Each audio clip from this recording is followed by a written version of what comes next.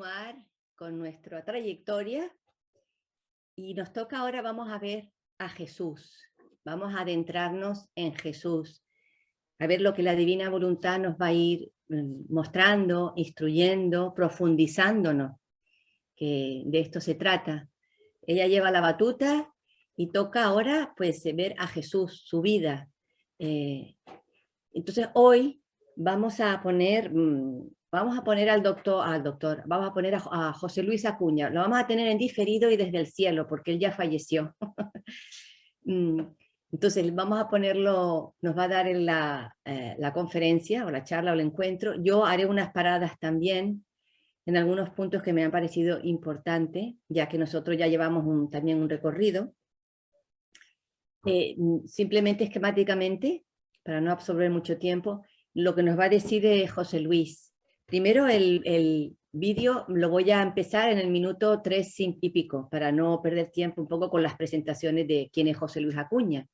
En el momento de dar esta conferencia ya lleva 20 años en la Divina Voluntad, también tradujo volúmenes al español. Y bueno, pues es una persona, uno de los pioneros, ¿no? Del siglo pasado, siglo XX. No. Entonces nos va a presentar, va a decir algunas cosas que son fundamentales desde el punto de vista de la Iglesia, y luego se va a pasar a Luisa. Y no va a profundizar mucho, pero va a decir unas cosas relativas a lo que es Jesús, pero ahora desde el prisma del mundo de la divina voluntad, tal y como se expresa y le explica a Luisa Picarreta. Entonces, voy a compartir aquí. Aquí.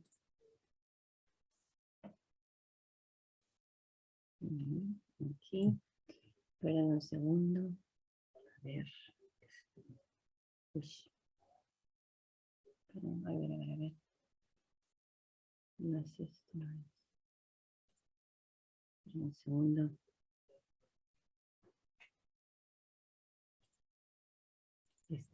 Aquí estamos.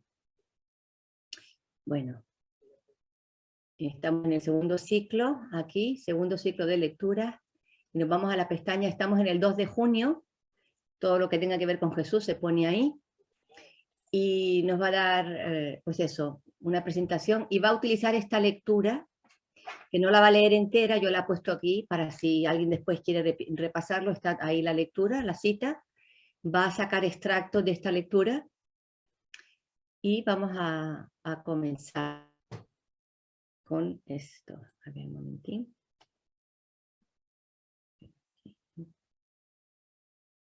Eso. Entonces.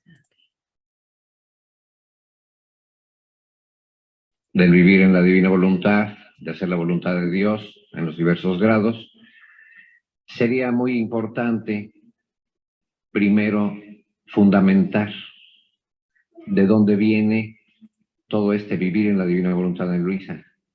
Y el fundamento es siempre Jesús, el Verbo encarnado.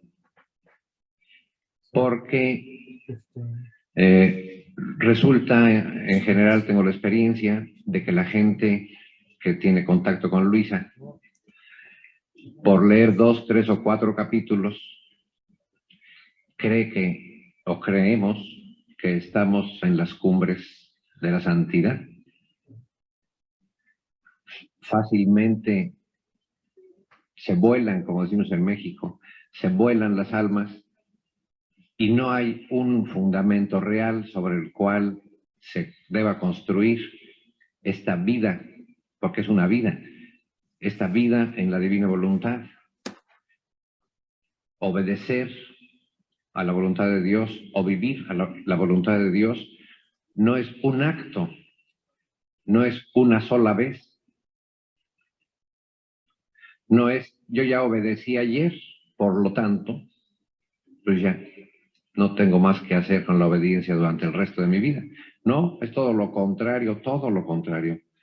Ayer empecé a obedecer, ayer empecé a vivir la divina voluntad y tengo el resto de mi vida para llevar a cabo esto, sin fallar, con constancia. Entonces será muy interesante poner delante de nosotros las verdades que por lo demás ya sabemos acerca de Cristo. ¿Quién es Cristo? Respondernos aquella solemne pregunta de nuestro Señor en Cesarea de Filipo, que él dirigió a sus apóstoles. ¿Y vosotros, quién decís que soy yo?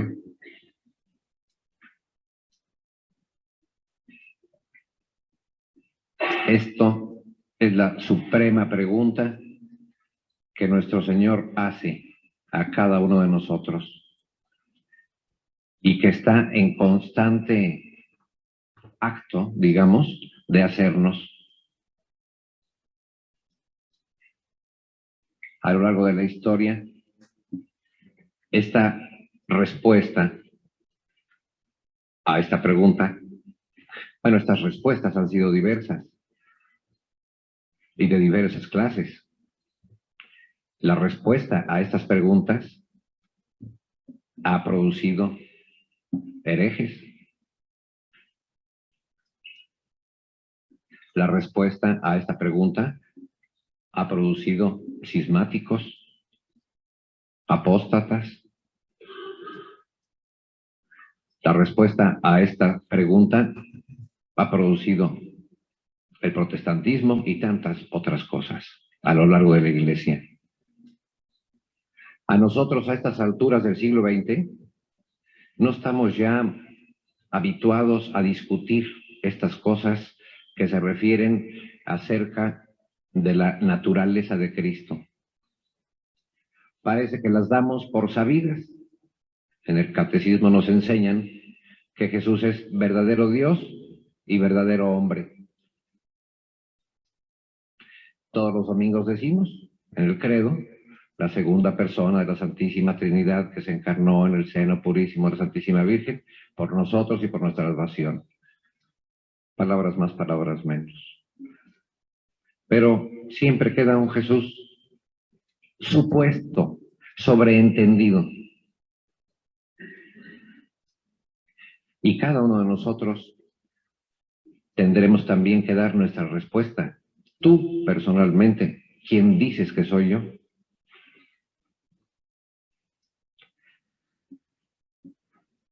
La respuesta que cada uno de nosotros tenga a esta pregunta califica, mejor dicho, cualifica nuestra propia relación con Jesús, nuestra vida personal, nuestra espiritual personal. Hay quien pone demasiado énfasis en la humanidad de Jesús y olvida un poco su divinidad o la deja sobreentendida. Entonces resulta un Jesús demasiado humano. Un Jesús demasiado humano y poco divino. De aquí surgen de interpretaciones como esta o de respuestas como esta. Surge, por ejemplo, pues la teología de la liberación. Es una respuesta a la pregunta, ¿y tú quién dices que soy yo? Y los del movimiento dicen, pues para mí tú eres alguien que viene a librarnos de la pobreza, en pocas palabras, y es un ejemplo, y podemos ir contra los ricos. Eso tienen por Jesús.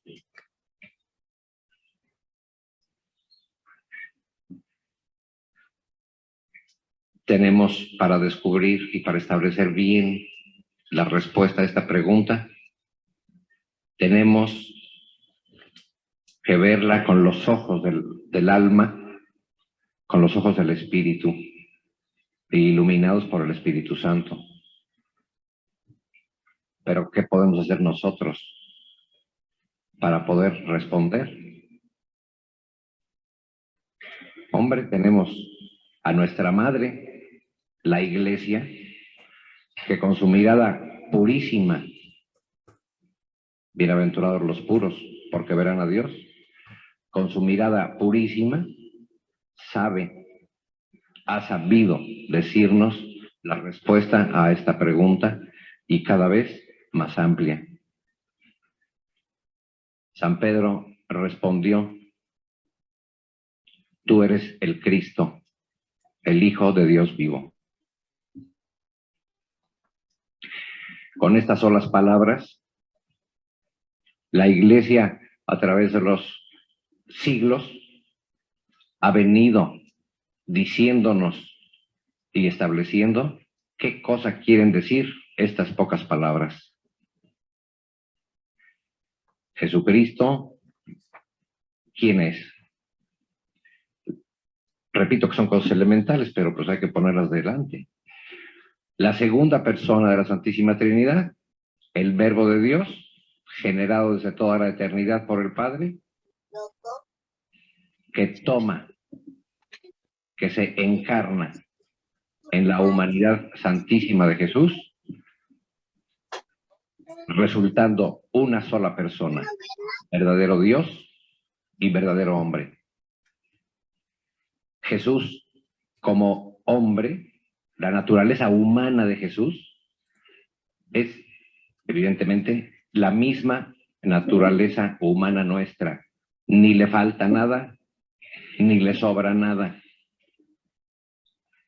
Puesto que fuimos creados a imagen y semejanza de Jesús, nos parecemos, bueno, somos iguales en la naturaleza a Jesús, pero Él tenía su divinidad, la segunda persona de la Santísima Trinidad, que obraba juntamente con todo lo que en Él era humano.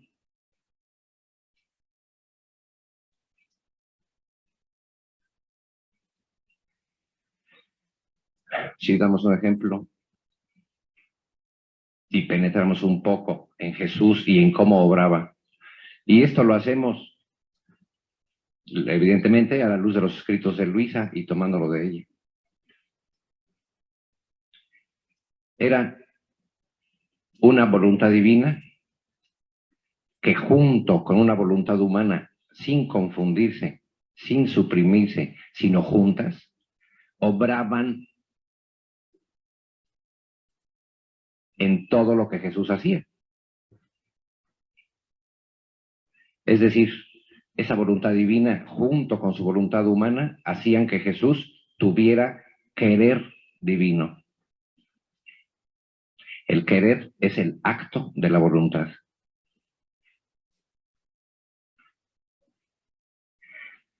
Jesús, con una mano igual que la de nosotros, con una voluntad humana igual que la de nosotros, movía una mano,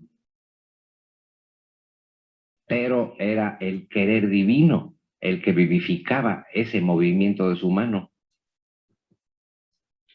En nosotros movemos una mano y es nuestro querer humano el que la mueve. Este querer humano puede estar en sintonía con el querer divino y resulta un movimiento de una mano, un acto humano santo. Si esa alma no está en sintonía con Dios, con la voluntad de Dios, es decir, está en pecado, y mueve una mano, a pesar de que es un mismo acto, pero está vivificado, y en este caso mortificado, porque procede de una voluntad humana que no está en sintonía con Dios, está en pecado. Entonces es un acto humano, digamos, malo. Entonces no es tanto el mover la mano, sino la voluntad con la que lo movemos. Jesús no era tanto mover una mano, sino la voluntad con la que lo movía. Un paso de Jesús vivificado por su querer divino, que en él era naturaleza, llena toda la eternidad, porque adquiere el acto de Jesús todas las cualidades y todas las características del obrar de la divina voluntad. La divina voluntad es eterna, los actos que hace la divina voluntad son eternos. La divina voluntad es infinita, Los actos que hace la divina voluntad son infinitos.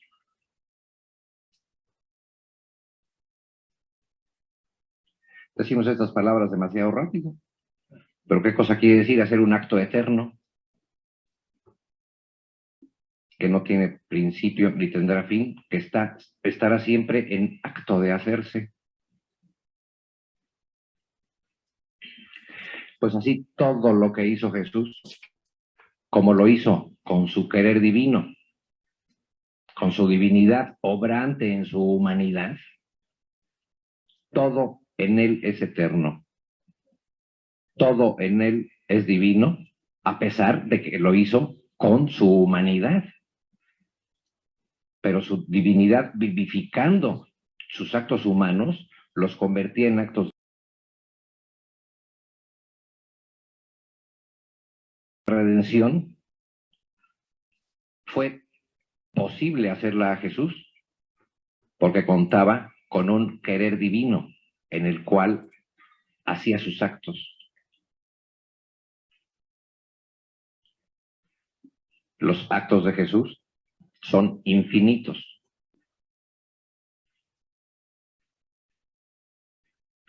Los actos de Jesús, hechos por su humanidad en su divinidad, son de santidad divina.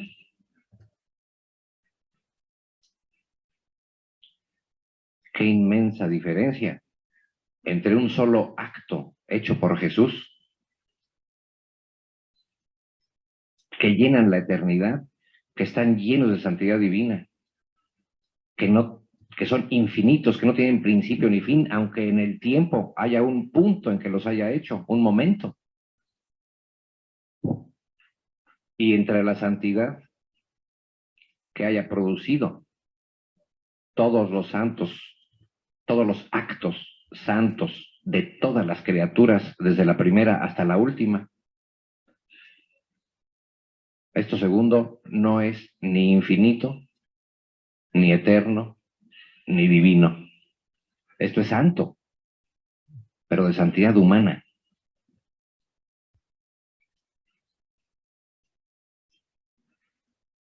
Un solo pestañeo de la humanidad de Jesús hecho en la divina voluntad. No tiene principio ni fin, es eterno, es infinito, es divino.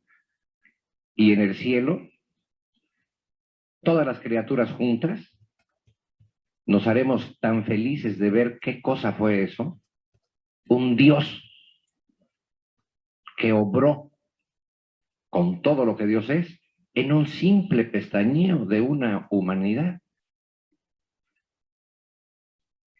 Con eso tendríamos todos juntos, y como decimos en México, no nos la acabaríamos, la felicidad eterna. No nos rebasaría infinitamente un solo pestañeo de nuestro Señor, un solo moverse de sus pupilas cuando volteaba la mirada de un lugar más claro a un lugar más oscuro.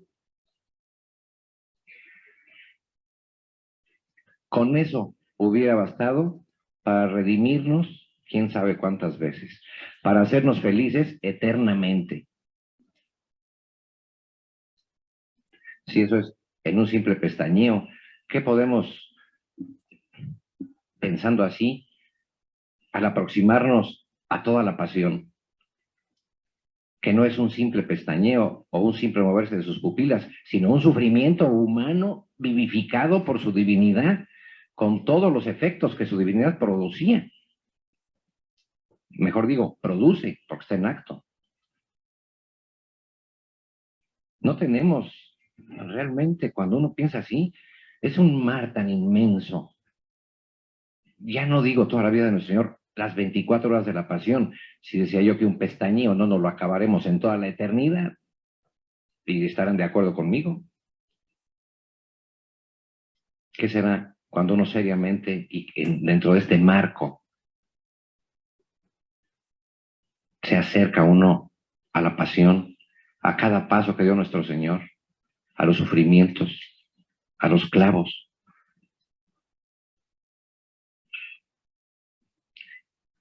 Y si agregamos un poco, que uno de los efectos que su divinidad producía en su humanidad era multiplicarlo por cuantas criaturas somos.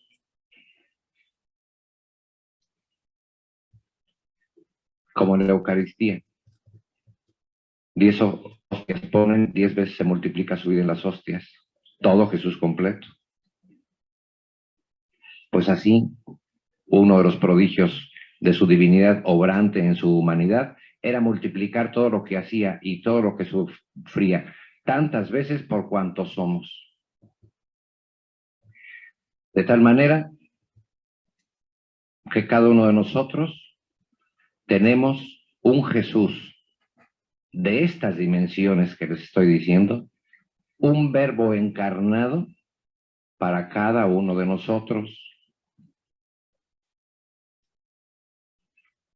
No es un Jesús para todos, sino un Jesús para cada uno.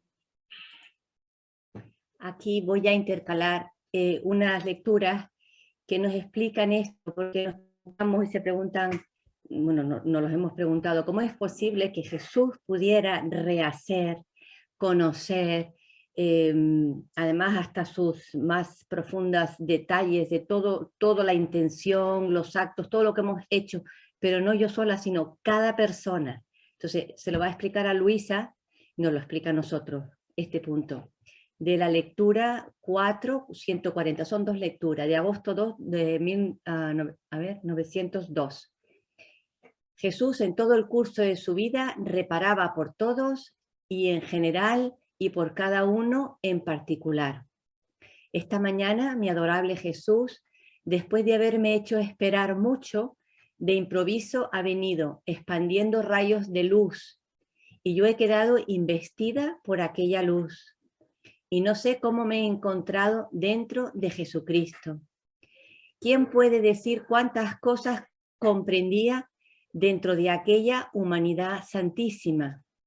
Solo sé decir que la divinidad dirigía en todo a la humanidad de Jesús.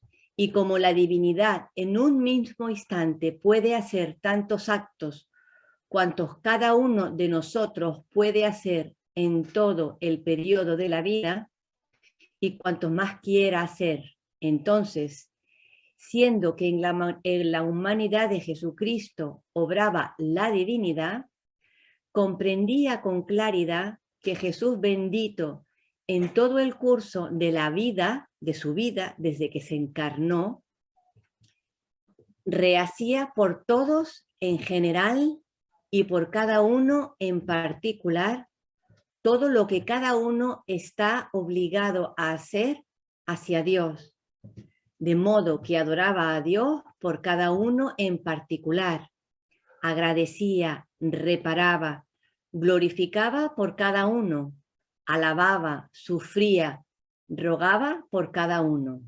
Entonces comprendía que todo lo que cada uno debe hacer ya ha sido hecho primero en el corazón de Jesucristo. Y esto es porque tenía la divinidad, que dijo aquí, que la divinidad era la que dirigía en todo a la humanidad. Entonces vamos a seguir con esta lectura del libro 16, capítulo 12, de agosto 5, 1923. Hija mía, mi humanidad, por cuán santa y pura, si mi voluntad suprema no le hubiera dado la entrada a mi voluntad humana en la voluntad divina, no habría podido formar la completa redención. O sea, si la divina voluntad no le hubiera dado entrada a la voluntad humana de Jesús, no se habría podido formar toda la redención. A mi voluntad humana le habría faltado, y aquí son las características que más arriba dijo, la omnividencia, que lo sabe todo, y por lo tanto no habría podido ver a todos, pero a todos es pasados, presentes y futuros. Le hubiera faltado la inmensidad, otra característica del operar de la divina voluntad, es decir, no habría podido abrazar a todos. Y la omnipotencia, que no habría podido salvar a todos. O sea, con la omnividencia puede ver a todos.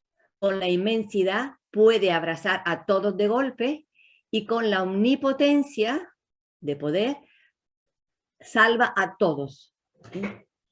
Y la eternidad, a todos, la eternidad, ¿qué dice? A mí le había faltado la eternidad y no habría podido tomar todo como en un punto solo y remediar todo. Así que la primera parte de la redención la tuvo mi divina voluntad, que fue la que estuvo dirigiendo a la humanidad de Jesús. La segunda, mi humanidad.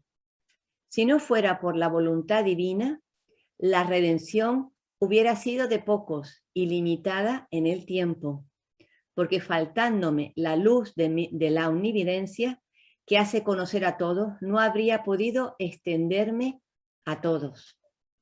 Así que para formar la redención, no hice otra cosa que abrir las puertas de la voluntad suprema a mi humanidad, puertas que el primer hombre había cerrado, y dándole campo libre, la hice obrar la redención propiamente en el seno de ella. Todo esto es muy interesante porque está estableciendo las bases de cómo operó la divinidad en la humanidad de Jesús, para que en sus siguientes encuentros veamos que estas mismas operaciones son las que Jesús nos regala para que también en nosotros tengan lugar. Porque lo que está teniendo el lugar en nosotros son las operaciones de la humanidad de Jesús en su divina voluntad. Que aquí le hemos llamado el fundamento. ¿Por qué? Y lo decía Acuña, hay que fundamentarlo porque todo tiene que pasar a través del verbo encarnado, la segunda persona en carne, o sea, la divinidad en la carne. Y todos tenemos que pasar por ahí, tenemos que entrar en esta humanidad para que se pueda dar todos los prodigios, porque está todo concentrado en la humanidad de Jesús. Entonces vamos a seguir con Acuña, que lo había dejado. Aquí dice, para cada uno de nosotros no es un Jesús para todos, sino un Jesús para cada uno. Y ya sabemos ahora, vamos viendo por qué es posible que no solo para todos, sino también para cada uno. Y va a seguir aquí diciéndonos. Y si yo decía que un simple pestañeo de Jesús no lo íbamos a gozar todos y no nos lo acabamos, ¿qué será?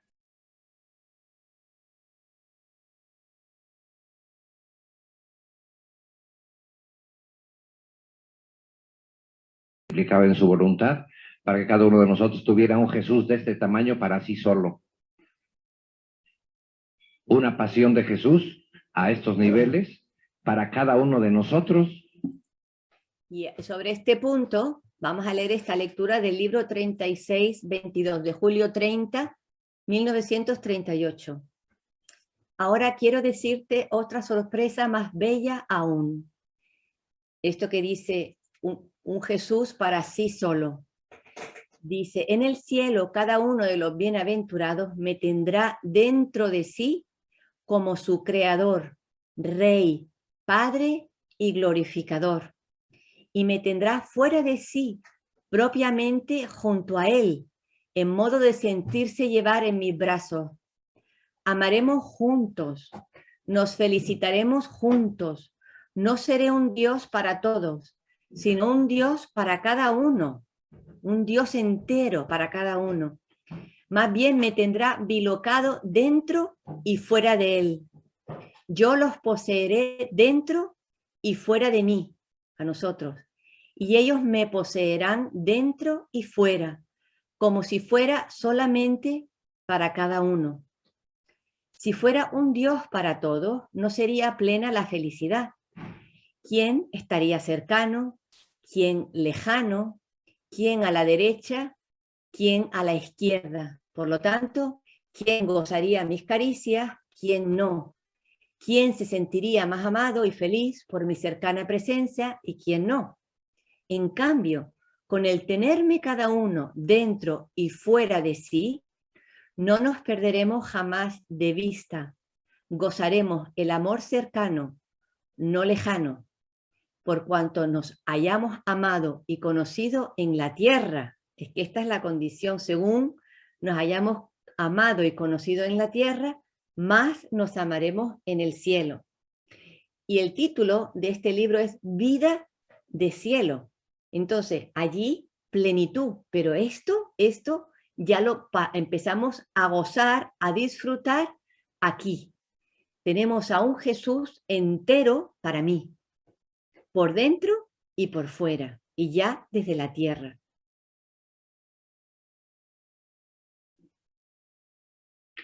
Yo no sé, cuando yo pienso así, me pongo a meditar, digo, bueno, es que no, es un panorama tan fuerte para mí que no tengo más que continuar viviendo ahí, no puedo vivir en otro lugar, no puedo pasar la vida tan desinteresado de Jesús, con cosas sobreentendidas, de que sí, pues Jesús. Todo este vivir en la divina voluntad de Jesús, todo este hacer la voluntad del Padre, en este sentido que Luisa nos abre, es tan cautivante, es tan iluminante, que con los pocos pensamientos que hemos examinado ahorita, no sé si a ustedes, como a mí, se les haya abierto un panorama verdaderamente infinito.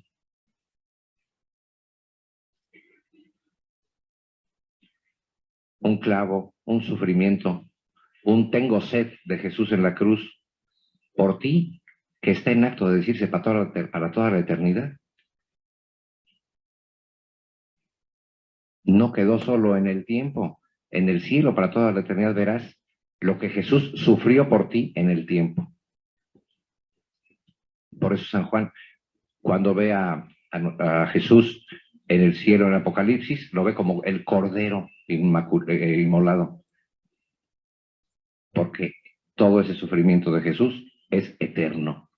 Y lo veremos cuánto nos amó en este ámbito. Si para redimirme a mí o a cualquiera de nosotros hubiera bastado, nada, nada.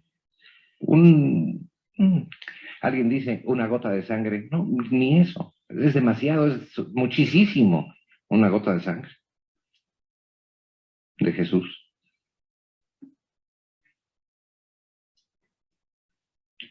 Si volteamos la vista hacia arriba, ahorita la hemos volteado hacia nosotros. Si volteamos la vista hacia arriba, veamos en este ámbito lo que Jesús daba a su Padre Celestial cuando en todo daba vida a su querer divino en él, que le era propio por naturaleza. Resulta lo mismo o más, porque el Padre sí comprende qué cosas son las cosas eternas. El Padre sí comprende qué son las cosas divinas que el Verbo hacía en su humanidad. Jesús no solo en relación a nosotros nos redimió y dejó a nuestra disposición lo que Él hizo para que nosotros lo hiciéramos también, sino que dio al Padre una gloria divina, una gloria infinita, una gloria inmensa, por cada cosa que debíamos haber hecho nosotros y no hemos hecho. Así como por cada pecado tenemos una pasión de Jesús que nos perdona, que nos da el perdón con su sangre, así también tenemos por cada pecado y por cada respiro nuestro, un respiro de Jesús que dio al Padre Eterno una gloria divina y la dará para toda la eternidad, estará en acto de glorificar al Padre por cada respiro que nosotros hicimos. Y nos da la posibilidad de que si vivimos en su voluntad, podamos decir, eso que Jesús hizo, lo hice también yo. Te doy una gloria divina, te doy una gloria eterna, porque me adueño, me apropio, viviéndolo, de todo lo que Jesús hizo hacia el Padre, no solo por mí, perdón, todo lo que Jesús hizo hacia el Padre, por mí. Y no solo eso, puedo apropiarme también de lo que Dios hizo al Padre por ti.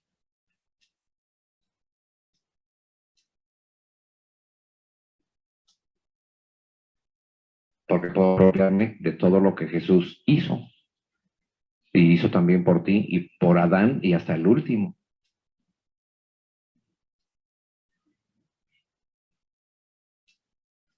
Así es como en los escritos de Luisa, más o menos, Jesús le explica, bueno, y esto de Jesús le explica, el último juicio sabemos que lo dará la iglesia, como Jesús le explica que obraba su divinidad en su humanidad,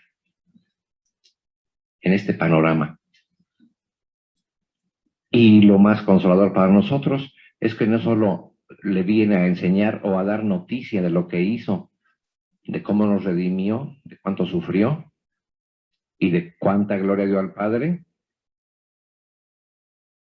para que solamente lo sepamos, sino porque nos los quiere dar en don, nos quiere dar toda esa su vida como vida nuestra, para que realmente crezcamos y seamos a imagen y semejanza del Verbo encarnado.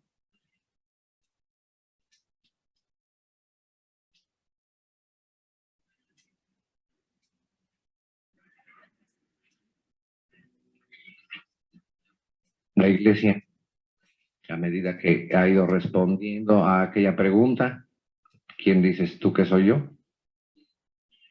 A medida que responde a la pregunta en relación a Jesús, en esa misma medida, a la par, responde la pregunta, ¿y quién dices que es mi madre?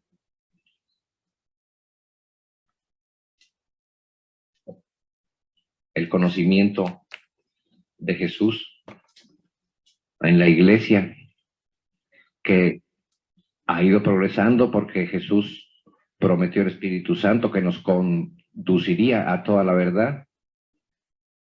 Es mucho más claro verlo, el progreso, en el conocimiento, en el descubrimiento que el Espíritu Santo ha guiado a la Iglesia en relación a la Santísima Virgen María.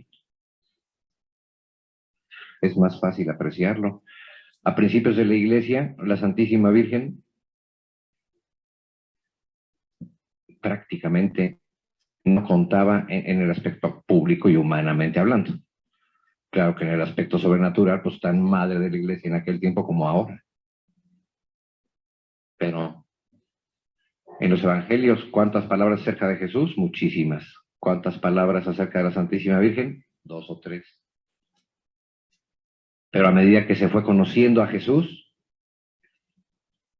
a medida que se fue comprendiendo qué quería decir esas palabras, tú eres el Cristo, el Hijo de Dios vivo, se fue comprendiendo quién era la Santísima Virgen, la Madre del Cristo, el Hijo de Dios vivo. Y así sucesivamente, hasta llegar también a nuestros días. Y funcionando igual con Luisa, así como se ilumina, como yo he dado apenas un esbozo, qué cosa era Jesús, qué cosa era el Verbo encarnado, a la par, Luisa y esta divina voluntad obrante en la criatura, ilumina inmensamente qué cosa es la Santísima Virgen María. Lo mismo se diga de ella, un pestañeo de la Santísima Virgen, puesto que poseía la divina voluntad en su voluntad humana como vida. Un pestañeo de la Santísima Virgen era un pestañeo materno que llena toda la eternidad.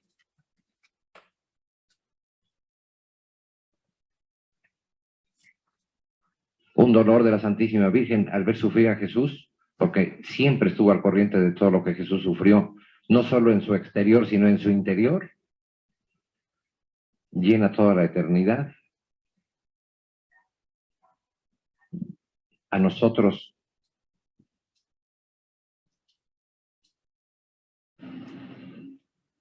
imaginen, ahorita me viene a la mente, nuestros hermanos protestantes que no quieren saber nada de la Santísima Virgen.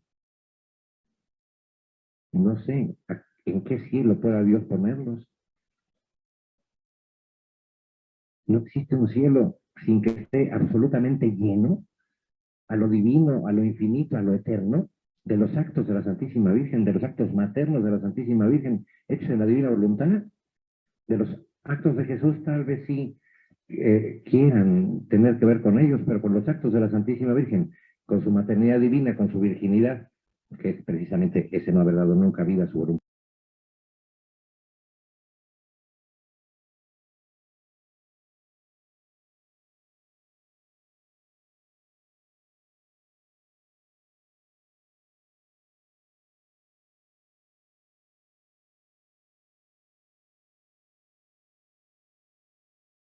Muy sencillo.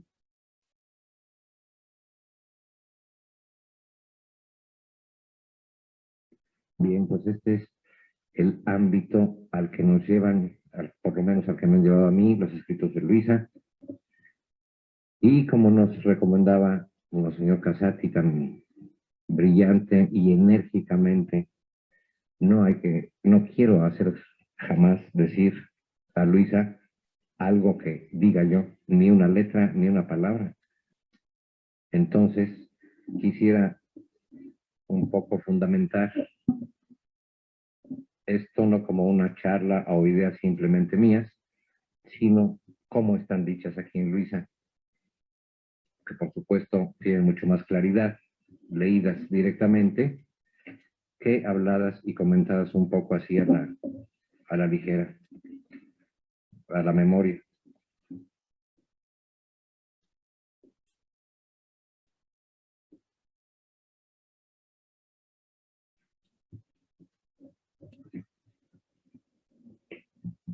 Omito un poco la introducción, voy al grano. ¿Ves, hija mía? Estaba hablando acerca de la pasión, de la redención. Dice Luisa que se sentía con la mente perdida en Dios. Muchas veces el buen Jesús me atraía al interior de su santísima humanidad.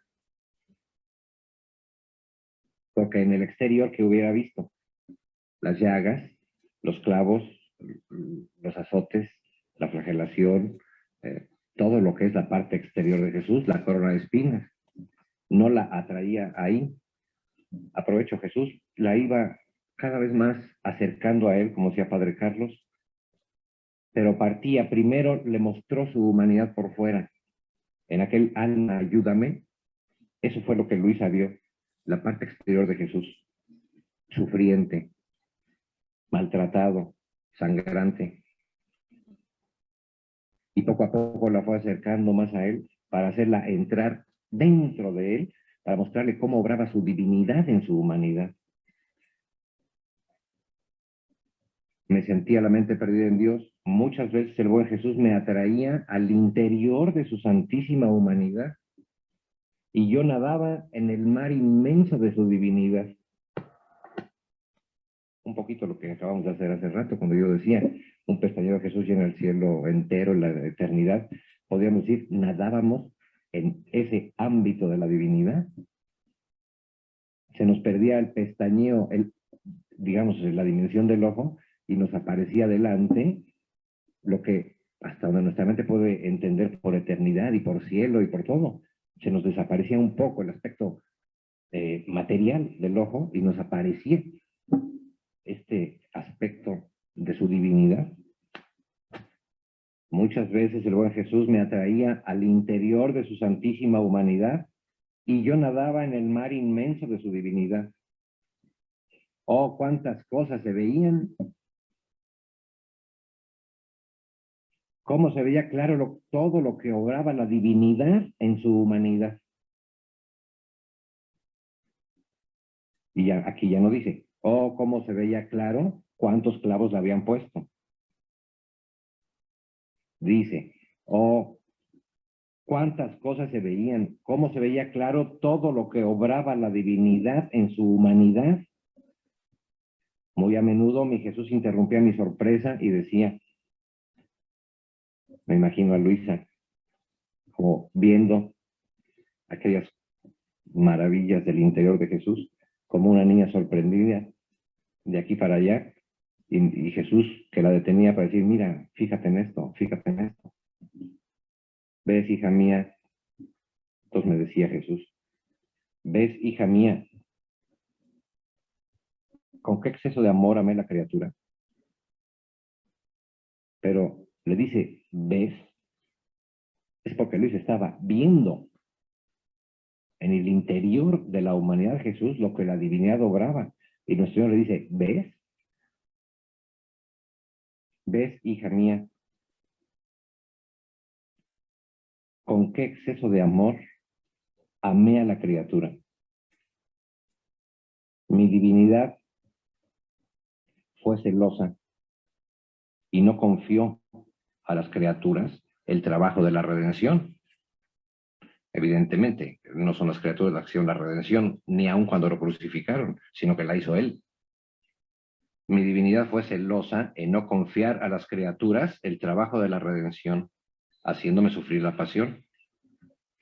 Porque la criatura era impotente para hacerme morir tantas veces por cuantas criaturas habían sido y deberían de salir a la luz de la creación. ¿Cómo podría ser esto? Y a ver, si los hombres hubiéramos entrado un poco más de lleno en la redención, en este plano más, materia más corporal, pues yo habría necesitado para mí un solo Jesús delante de mí para matarlo yo por cuantos pecados he tenido la desgracia de cometer. Si no, ¿cómo? Y tú uno, y tú otro, y tú otro, y tú otro. Para que por cada pecado él expiara. La criatura era impotente para hacerme morir tantas veces por cuantas criaturas habrían sido y deberían de salir a la luz de la creación. Confirma, yo tengo un Jesús que murió por mí. Eso es del catecismo. Y tantas muertes por cuantos pecados mortales habrían tenido la desgracia de cometer. Así que yo no solo tengo a un Jesús que murió por mí, sino a un Jesús que murió tantas veces por mí, por cuantos pecados he tenido la desgracia de cometer.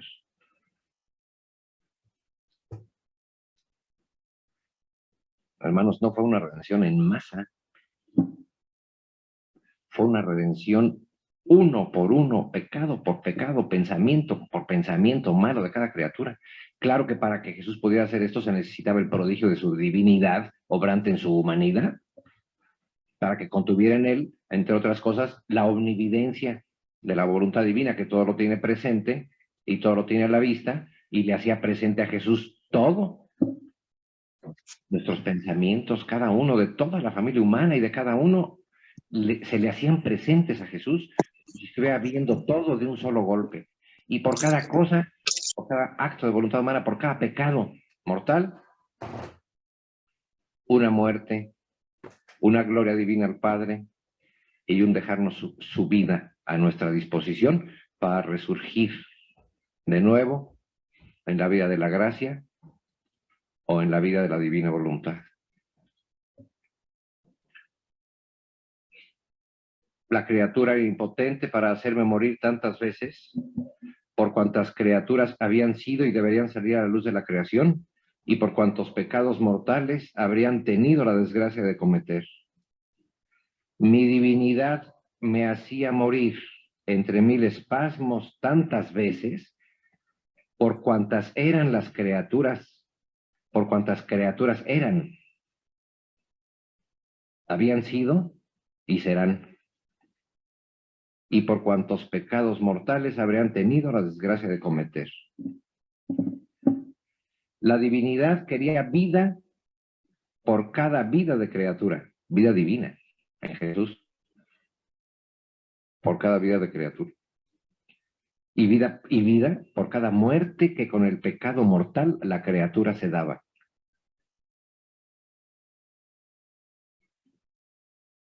¿Quién podría haber sido tan potente sobre mí y darme tantas muertes, sino mi divinidad? ¿Quién habría tenido la fuerza, el amor, la constancia de verme morir tantas veces, sino mi divinidad? Si la criatura hubiera participado en esto, se hubiera cansado y habría desfallecido en continuar con esta obra. Y no creas que este trabajo de mi divinidad, para hacerme morir de puro espasmo en todos los momentos, empezó tarde. Por el contrario, apenas fue cumplida mi concepción, he aquí, oh Dios, que vengo para hacer tu voluntad. Así, y no creas que este trabajo de mi divinidad, para hacerme morir de puro espasmo en todos los momentos, empezó tarde. Por el contrario, apenas fue cumplida mi concepción, mi encarnación, desde el seno de mi madre, que muchas veces tenía conocimiento de mis penas y quedaba martirizada y sentía la muerte junto conmigo.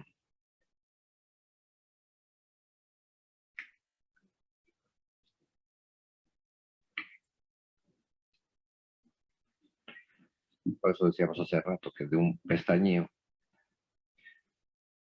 24 horas de la pasión, 33 años, más 9 meses. ¿Qué cosa realmente es el Verbo encarnado? Yo, se me acaban las palabras y aquí termino. Gracias. Y vamos a terminar con 2 lecturas cortitas que resumen, bueno, pues todo el fruto o todo lo que hemos visto, y de cara a profundizar porque aquí ha habido varios conceptos sobre la vida de Jesús que necesitan profundización para nosotros mejor entender el intercambio de vida que habíamos visto. Dios me da la suya, yo le doy la mía. Dice el 25, volumen 25, capítulo 17, diciembre 25 de 1928. Tú debes saber que mi vida sobre la tierra no fue otra cosa que sufrir, obrar y preparar todo lo que debía servir para el reino de mi divina voluntad, que debe ser reino de felicidad y de posesión. Por eso mis trabajos entonces tendrán sus plenos frutos y se cambiarán para mí y para las criaturas en dulzuras, en alegrías y en posesión. Esto de los plenos frutos es lo que queremos descubrir, porque esto es muy importante tenerlo presente en el intercambio de vida. Lo que Jesús me va a dar son estos plenos frutos de todo lo que Él vivió desde el momento en que se encarna, como dijo, no fue solo la pasión, sino desde el principio, para que tengamos aquí y no solo en el cielo, dulzura, alegría y posesión. Posesión por parte nuestra de Jesús y su vida y de Dios de la nuestra. Y con esta otra lectura del libro 34, capítulo 13, de febrero 4, 1919. Por eso quisiera que sepan las criaturas que yo me pongo a disposición de aquellos que quieren vivir de mi voluntad. Esto de la disposición lo hemos escuchado hoy, que dejo toda mi vida a tu disposición, y veremos qué significa esto de a nuestra disposición. Dice, pero la deja, dice, para aquellos que quieren vivir de mi voluntad. Ellos encontrarán mi vida que suplirá a todo lo que se requiere para hacerlos vivir en el mar de mi querer divino. Esto es, bueno, Wise del Paraguay, porque es su vida que suplirá a todo lo que hace falta. Fíjense que hemos estado viendo a lo largo de estos meses y tal, pues cuántas cosas hacen falta, ¿verdad? Y sin embargo, dice Jesús aquí que es su vida, o sea, lo que nosotros tenemos que hacer ya ha sido hecho por Jesús. Lo único que necesitamos es, siempre lo decimos, conectarnos. Y ahora es su vida que está supliendo, que está sustituyéndose en mi obrar humano. Y es lo que se está encerrando ahí, en estos actos humanos, y es lo que vamos a ver consecutivamente, pues no sé, a lo mejor lo que nos lleven, ¿no? Unos cuantos martes, porque el tema de Jesús es maravilloso, bueno, es central. Así que, una cosa, antes de terminar, yo tengo aquí un dibujito, que solamente es una pequeña aclaración sobre la palabra acto, ¿eh? Y no nos cansamos de esto porque lo más nuevo, ¿no? Sobre todo para los más nuevos. Miren, cuando Jesús rehizo todo lo nuestro, nosotros cuando venimos al mundo, aquí estamos, tenemos como una pila lleno de una cantidad de la batería, ¿no? De energía, que serían impulsos, impulsos de vida. Con estos impulsos, con esa energía, nosotros vamos a mirar, vamos a ver, vamos a caminar. Eso sería lo que también se llama en el libro del cielo actos. Pero también se le llaman efectos, efectos, efectos. O sea, lo que se hace al enchufar la pila, tanto humanamente, satánicamente o divinamente, son efectos que pueden ser santos, buenos o divinos. Pero son, en el libro del cielo también a eso se le llaman actos. Los efectos también se le dicen actos, para que no nos confundamos, que a veces va de un lado, a veces va de otro, como cuando dice, haz mi divina voluntad, pero significa vive en mi divina voluntad. O mi querer es lo que yo quiero, pero realmente es mi vida. Entonces, esto para que lo vayamos, los más nuevos se les vaya entrando. Y luego también actos, en el libro del cielo, es las circunstancias, el sufrir, el vivir, el todo, todo. Pero en las circunstancias voy yo con todo lo que yo tengo, que también se enchufa, ¿lo ven? Esto es como el enchufe, ¿eh? Entonces, impulsos, actos y actos, pero serían como efectos y efectos. Y efectos también, esto. Ahora, ¿por qué es interesante esto tenerlo claro? Porque cuando dice que se va a encerrar la vida divina en nuestros actos, que Jesús repara todo, Jesús repara todos los efectos con sus consecuencias y también repara fundamentalmente la rotura de los impulsos no conectados, los impulsos, vamos a decir, con los que venimos al mundo, por no tener el don de la divina voluntad, pues desde que hemos sido bebés, pues chiquitines, pues no hemos estado conectados con la divina voluntad, porque estaba roto y necesitábamos a un Jesús que lo reparara.